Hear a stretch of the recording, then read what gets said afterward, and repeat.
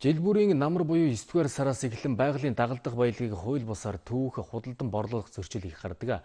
Онгорсноос хойш байгалийн ургамлыг хууль бусаар бэлтгэсэн 18 зөрчил цагдаагийн байгууллагад шалгагдаж байгаа юм байна. За энэ тухай бид байгаль орчны болонд хөндөж байгаа юм а. За тэгэхээр анх хоёроо энэ байгалийн дагалдах баялагийг хууль бусаар худалдах зам нь түүх зөрчил ер нь яагаад буурахгүй байгаа вэ? Энэ талаараас үзэгчдэд мэдээлэл өгөөч. Тэгэхээр иргэдийн хувьд бол яг энэ байгалийн дагалдах баялагийг түүж худалдан борлуулалт чиглэлийн хууль эрхцэн мэдлэг байхгүй.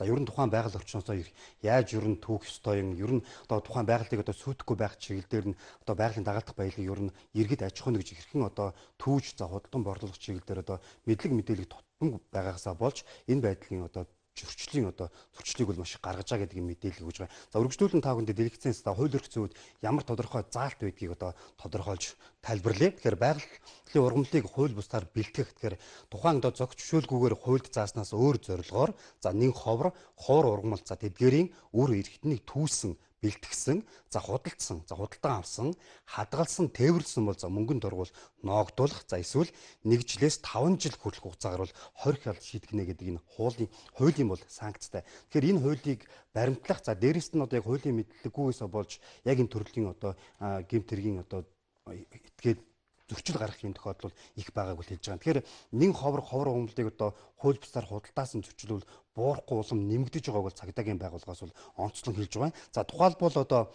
хамгийн их түгээмэл гарч байгаа нэг зөрчил бол дэрэгвэр жиргүү ургамлыг бол түүж бэлтгэх явдал бол жил бүр нэмэгдэж байгаа гэдэг мэдээлэл байна. За энэ ургамлыг бол мэдээж тухайн иргэд болон аж ахуй нэгж түүхтэй бол шууд үнцээр нь татж байгаа. За үнцээр нь ингэж татснаар тухайн ургамлын хувьд нэг ховор ургамлын хувьд бол эргэж дахин ургах боломжгүй болдог. За ингэснээр тухайн байгалийн тогтцол экосистем алдагдаж энэ ургамлууд дахиж хизээж урахгүй байх энэ нөхцөл боломж үүсдэг учраас энэ ургамлыг бол түүсэн хэрвээ хил гайлаар гарах ийм зөрчил гарсан тохиолдолд хуулийн хариуцлага ноогдвол цаашдаа эрүүгийн хариуцлага хүлээх ийм хуулийн заалттай гэдгийг бол хууль хүчний байгууллага хэлж байгаа. Тэгэхээр энэ жилийн хувьд ч гэх юм бол он гасаар бол 18 ийм төрлийн нэг ховор ургамлыг түүсэн хууль бус үйл гаргасан ийм зөрчлийг бол бүртгэгдсэн. За цаашдаас нэмэгдэх хандлагатай байгаа гэдгийг бол цагдаагийн байгууллагаас хэлж байгаамаа.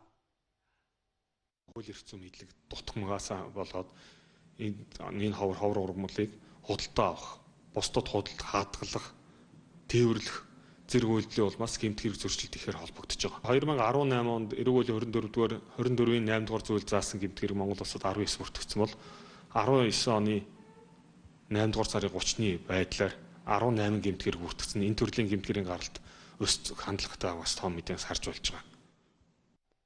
За дараагийн байгалийн дагалдах баялагын хувьд бол хамгийн их түгээмэл төвдөг бол самар байгаа. Тэгэхээр хус самрын хувьд бол тухайн жилд ямар байдлаар ургах вэ? За аль бүсэд бас хэр их хэмжээгээр ургах вэ гэдэг нөөцийг бол салбар яамны зүгээс болон холбогдох мэргэжлийн байгууллагаас тодорхойлдог. Тэгэхээр самрын хувьд бол тодорхой үйлчлэлээр бол тухайн нэг жилдээ их, аль нэг жилдээ бол бага ургах ийм байгалийн нэг тогтоц зүй зохис байдгаа гэдэг зүйлийг бол судлаачдын зүгээс бол тайлбарлан хүргэж байгаа. За хамгийн гол нь самрыг дийлэнхтэй бол иргэдийн зүгээс аж ахуй нэгжийн зүгээс бол худалдан борлуулах үүднээсээ бол түүж байгаа. За ер нь ахуй хэрэгцээндээ бол цөөхөн хүмүүс бол хэрэгжилж байгаа гэдгийг мэдээлэл байна. За дэлгэцнээс зарим тоон мэдээллийг бас үзэгчтэй хүргэе. Тэгэхээр манай улсын хувьд бол энэ ойгоос хуш модны самар бэлтгэх ашиглахыг бол бүсчлэн тогтоосон байгаа. Тэгэхээр Сибирийн гушуун талбайн 5.4, за ойн нөөцийн 9.3% бол энэ самар бол ургаж байгаа юм. Тэгэхээр хушийн ойн ургадаг бүс нь бол Архангай, Баян-Өлгийн булган, Төв, Завхан, Хинти, Увс, за Сэлэнг, Өвөр хангай, Хөвсгөл, Аймаг болон за 63 сум. За Улаанбаатар хот орчмын ногоон бүсийн ойн санд бол тархан ургадаг гэдэг энэ мэдээллийг зарим судалгааны байгууллага гаргасан байгаа. За дараагийн баримтаас үзэгчтэй бас тоо мэдээллийг хүргэе. За 2019 оны үед энэ жилийн хувьд ер нь самрын ургалтны ямар байгаа вэ гэдгийг бас үзэгчтэй хүргэе. Тэгэхээр Баян-Өлгийн аймгийн Цэнгэл, за Өвсгөл аймгийн Цагаан үр сумын ойн сангаас ахуйн зориултаар бол самар ашиглах энэ боломж бол энэ жилийн хувьд бол нэгдсэн байгаа. За бусад газараа бол самар огт ургаагүй гэж бол хэлж болно. За тэгэхээр бол үйлдвэрлэлийн зориултаар бол самар ашиглах боломжгүй байгаа 2019 оны хувьд. Тэгэхээр байгаль орчин аял жуулчлалын сайдын тушаалаар бол за 2020 оны 9-р сарын 1 хүртэл самар экспортлог бол бүрэн хоригдсон гэдэг энэ мэдээллийг ч өнөөдөр байгаль орчин аял жуулчлалын яамнаас бол бидэнд өгж байгаа. Тэгэхээр самрыг бол бас энэ дээр нэг зүйл хэлэх хэрэгтэй.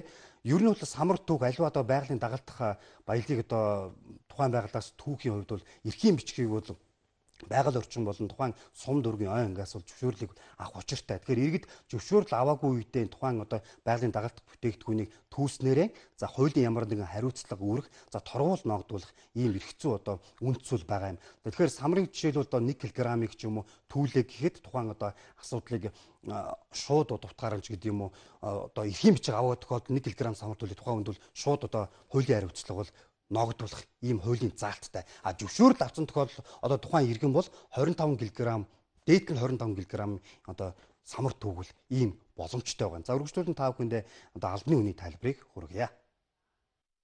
5-аас 10 жилдээ нэг их үрийн жилд автагдж байдаг. Жил болгон ариун урах хэрэгтэй байхгүй нь шүү дээ, тийм ээ. Тэгэхээр тэр манай ард түмэн тэрийг бол сайн ойлгох хэрэгтэй. Ер нь бол за нэг 5 жилээ болоод бас их урах зүг чинь гэвэл бас болохгүй тийм ээ. Энд чинь одоо байгаль цагуурын ган гачиг, хур бороо энэ бүх юмнаас шалтгаалаад тодорхой үйлчлэлтэд давтагдах хугацаатай байна гэж ойлгох хэрэгтэй. Байгалийн нөөц ашигтны төлбөрөө төлөөд эрхийн бичгээ аваад ингээд ойргоо орох хэрэгтэй. За тэгэхээр дахин үзэгчтэй хэлээ тухайн одоо байгалийн дагалдах баялгийг түүхтэй одоо тухайн сум орон нутгийн ой анги болон за байгаль орчны асуудал эрхэлсэн газраас бол одоо зөвшөөрлийн бичгийг бол авах хэрэгтэй. За ингэснээр тухайн одоо байгалийн дагалдах бүтээгдэхүүнийг одоо түүх боломж нь бол нэгдэн. За харин одоо хууль бусаар юм уу зөвшөөрлгүй одоо түүх худалдан борлуулах энэ үйл хэрэгт бол одоо оролцож болохгүй маа гэдэг зүйлийг дахин сануулж хэлэх нь бол зүйтэй байна. Тэгэхээр ер нь бол яг цаашдаа энэ байгалийн дагалдах баялагын одоо энэ хууль эрх зүйн үед илүү боловсронгуй болох тодорхой зохицуулт хийх шаардлага байгаа гэдгийг мэргэжлийн зарим одоо судлаачдын зүгээс бол хэлж байна. За ер нь мэргэжлийн албаны зүгээс тэгвэл яг энэ байгалийн дагалдах бүтээгдэхүүн дээр ямар хяналт тавьж байгаа юм ер нь хяналт тавьснараа одоо илүү одоо сайжрах юм альсвал одоо байгалийн дагалдах бүтээгдэхүүнийг хууль бусаар оруулж байгаа энэ иргэдтэй аж ахуйн нөхцөлтэй яаж одоо хариуцлагын тогтолцоон дээр анхаарч байгаа юм бэ гэдгийг тодруулсныг одоо ургая. Манай байгалийн ургамлыг одоо хууль бусаар түүх асуудалд зөрчил бас сүүлийн үед гарах хандлагатай байгаа. Энэ дээр одоо манай мэргэжлийн хяналтын ерөнхий газраас би сая урд хэлсэн тийм ээ урдсан сэргийлэх хяналт шалгалтын хүрээнд улсын хэмжээнд одоо эзэгтэй цэгүүдүүд бол явуулын постууд ажиллаж байна. Хууль бусаар бити юм авчирж орж өөрснөө жирэгдэл болоороо гэж ингэж иргэдтэй бас хэлмээр байна.